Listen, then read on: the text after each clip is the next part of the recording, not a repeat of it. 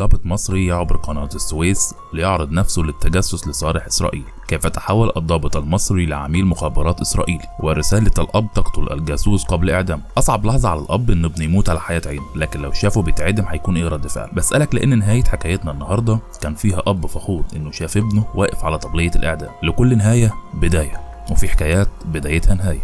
ما تيجوا نشوف إيه الحكاية.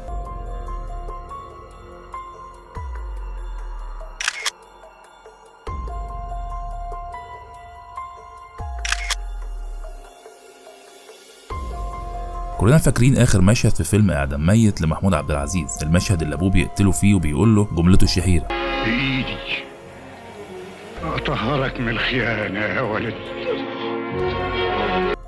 وشاف ان الفيلم ينتهي بالشكل ده افضل، وان الاب يقتل ابنه الجاسوس عشان يكون قساوه المشهد زياده او تبين ان هو اكتر وطنيه. طب هتعمل ايه لو قلت لك ان المشهد ده حصل في الحقيقه، وان الاب حضر بنفسه اعدام ابنه وقال له وقتها انه ما بقاش ابنه من اللحظه اللي عدى فيها القناه للاسرائيليين، وان مصر اهم عنده بكتير من ابنه الخاين. وتعالوا نرجع لبدايه القصه للضابط احمد اللي قرر يعدي القناه للجانب اللي فيه الاسرائيليين ويسيب على الناحيه الثانيه في بلده اهله وشرفه العسكري. وبتبدا القصه بهزيمه مصر من اسرائيل في سنه 67. وقتها كان في ضابط مصري في سلاح الاشاره مش قادر يتخيل فكره ان الجيش انهزم، او مش قادر يستوعب شكل العساكر وهم بيتقتلوا قدام عينه وبينسحبوا مهزومين. فضل احمد شهور يصارع نفسه الاماره بالسوء وبيحاول يهرب من شعور بان الهزيمه هي نهايه العالم بالنسبه له، وان شكل الهزيمه اللي شافها الجيش المصري وحسابات الدم اللي خسرها بتقول انه مش هتقوم لقومه تاني، او عمره وعصره انتهى. وفي لحظه خد قرار متهور جدا بانه هيعدي القناه لوحده. لا ما تفهمنيش غلط، هو مش هيعدي القناه ينتقم، ولا هيعدي القناه عشان يزرع قنابل مثلا ضمن عمليه فدائيه. هو قرر يهرب، بس يهرب لفين؟ ورا مصر، ورا مصر وجيشها المهزوم، وقدامه بحر القناه، فرحه العدو المنتصر في الجنب الثاني. اختار ان هو يعدي الاسرائيليين، ولان الضابط قادر على تفادي كل الالغام والاماكن اللي في طريقه، وداس برجله على دم اخواته اللي ماتوا قدام عينه يوم 5 يونيو سنه 67. وفي لحظه نط في الميه وعدى القناه للناحيه الثانيه، سايب رجولته جوه البدله العسكريه مرميه على الشط المصري. عدى احمد وبقى جوه الاراضي الاسرائيليين، وفضل ماشي وهو مش عارف هيروح فين، لكنه كان عارف هيعمل ايه. وفعلا سلم نفسه لاول دوريه اسرائيليه قبل اللي خدوه، وهم مستغربين ازاي عدى القناه وليه بيسلم نفسه. اتسلم احمد لفريق تحقيقات اسرائيلي موجود في بئر السبع. اتحط تحت ضغوط كتير جدا عشان يعترف بسبب واحد يخليه يعدي بكامل ارادته لاسرائيل، لكن كانت الاجابات دايما نفس الاجابات. فاقتنعوا بعد اسبوع من التحقيقات معاه انه مش اكتر من خاين. وعلى الناحيه الثانيه من القناه كان في برضه تحقيقات بتحصل من المخابرات الحربيه، ووقتها كان كل المحققين المصريين بيحققوا مع زمايل احمد، كانوا بيحاولوا يعرفوا مكانه وليه اختفى وازاي اختفى، وللاسف عرفوا نفس الاجابه انه مش اكتر من خاين. اتاكد الاسرائيليين ان احمد مش جاسوس جاي لهم عن طريق الميه، والمعلومات الحقيقيه اللي اداها لهم عن الجيش المصري حسستهم بالامان. طبعا كان في سؤال هم بيحاولوا يعرفوه، هو امتى ميعاد الحرب الجايه، لكن احمد ما كانش عنده اجابه للسؤال ده. وفي اسرائيل بدات الدنيا تظبط مع احمد، بدا يعيش حياته بشكل مرفه، سهر وفسح وستات وهيصه، لحد ما قابل بنت زي القمر عاش معاها اجمل ايام حياته. طبعا مش محتاج اقول لكم ان البنت دي كانت مجرد طعم عشان الموساد يصطاد بيه صاحبنا. البنت بكل طرقها الشمال قدرت تعرف ان احمد ملوش علاقه بالمخابرات المصريه، واخدت منه كل المعلومات عنه وعن عيلته وعن خطيبته اللي سابته واتجوزت غيره بعد هزيمه 67. يمكن اكتر درس بنتعلمه في الدنيا ان مفيش حاجه بتفضل على حالها.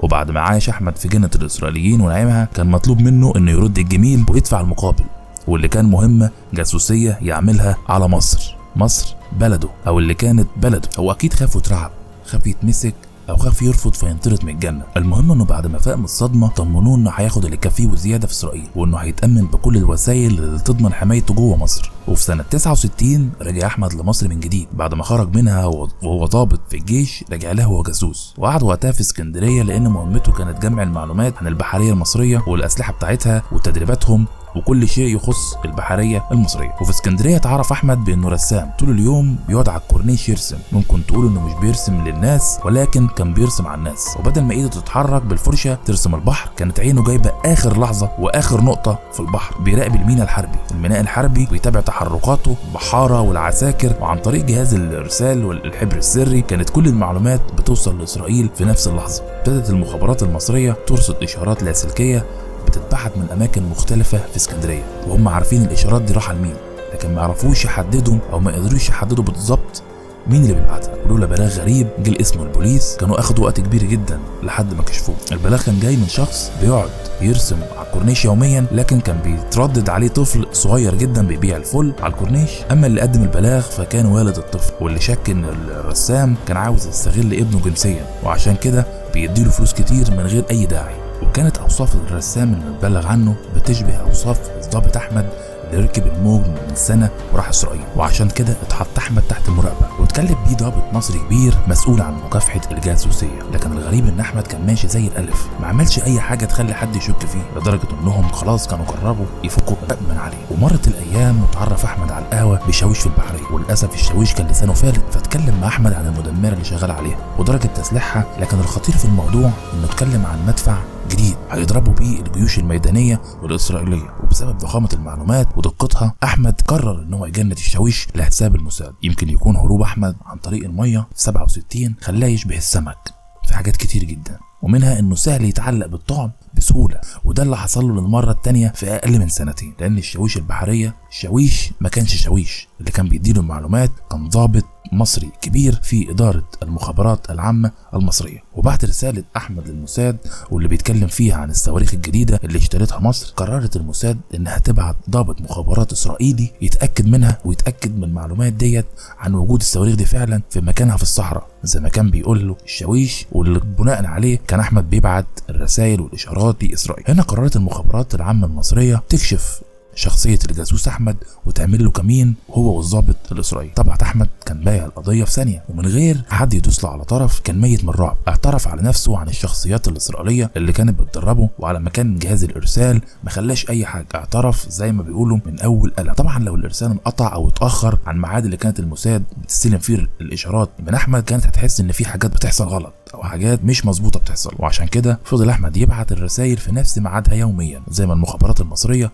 طلبت منه، وده عشان اسرائيل ما تشكش في اي حاجه. وبلح تصيل الطعم وصل سايح يوناني، واللي وصل لاسكندريه اللي هو اصلا في الاصل كان ضابط مخابرات اسرائيلي، استدركته المخابرات المصريه وقبضت عليه في اسكندريه، هو والعميل بتاعه الضابط المصري السابق اللي كان في الجيش المصري، اللي كان مفروض من ولاد مصر ومن ابطال مصر. وللاسف احنا ما نقدرش نقول عليه بطل من ابطال مصر لانه خاين وقلع زيه العسكري، ولما عدى القناه وراح الجنب الثاني للاسرائيليين من هنا كان تخلى عن بلده وتخلى عن زيه العسكري وتخلى عن شرفه. ورغم قساوه الموقف عن الاب اللي بيشوف ابنه وهو بيطلع على طاوليه الاعدام، الا انه بص لابنه بحسره وقال له انت تشبه ابني اللي مات وهو بيعدي الناحيه الثانيه في 67. انا ابني مات ومصر عندي اهم مليون مره من ابن خاين. وبهنا متابعينا الكرام تكون نهايه حلقتنا من حكايه وطن، حكايه وطن اللي بنستعرض فيها انجازات وطنيه كانت خاصه بابطال مصريين بدمهم قدروا